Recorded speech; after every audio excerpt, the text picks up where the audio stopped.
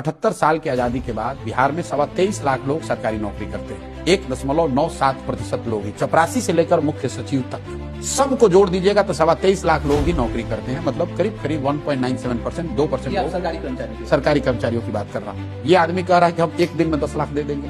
दे दिया? अरे भाई, अगर तुमने 10 लाख लोगों को नौकरी दे दिया तो ये 10 लाख लोग कहाँ हैं? उसका नाम पता क्यों नहीं जारी करते हो? क्यों मारामारी कर रहे हो कि 10 लाख दिया कि 8 लाख दिया? हाथ कंगन को आरसी क्या, पढ़े लिखे को फारसी क्या? भाई 10 लाख नाम नंबर जारी कर दो, सब लोग देख ले, बहस खत्म हो जाएगा। मेरे भाई, जो नौकरी की बात हो रही है उसमें एक बड़े पैमाने में जो पहले से नौकरी में थे, जो नियोजित शिक्षक थे, उनको राज्य कर्मी बनाया गया। तो सर्विस कंडीशन को चेंज करने को ये कहता है ये सब आदमी कि हमने नौकरी दे दी। जो कुछ लोगों को नौकरी मिली वो गलत डोमिसाइल की वजह से दूसरे राज्यों को मिली, क्योंकि नीतीश कुमार को अपना इमेज बनाना था कि हमको प्रधानमंत्री बनना है, तो दूसरे राज्य के लोग आकर यहाँ शिक्षक हो जाएंगे तो लोग कहेंगे कि भैया नीतीश के राज्य में बड़ा तरक्की है।